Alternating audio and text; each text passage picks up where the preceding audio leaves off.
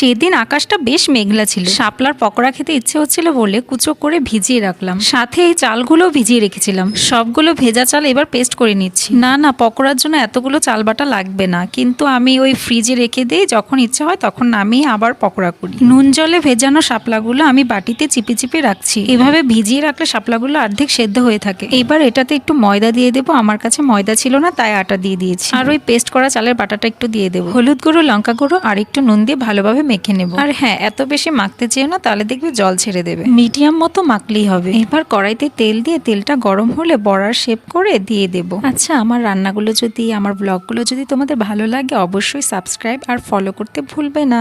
আর কমেন্টও করবে বেশি বেশি করে, কি রান্না করব, কি ব্লগ করব, এইসব। হ্যাঁ, এই বড়াটা না খেতে খুব সুন্দর হয়, খুব মুচমুচে হয়। তোমরাও কিন্তু বাড়িতে ট্রাই করবে। হ্যাঁ, দেখো আমার বড়া কমপ্লিট। এই বড়াটা আমি ভাতের সাথেও খেয়েছি আর এমনিতেও খেয়েছি, খেতে খুব দারুণ হয়েছে। তো দেখা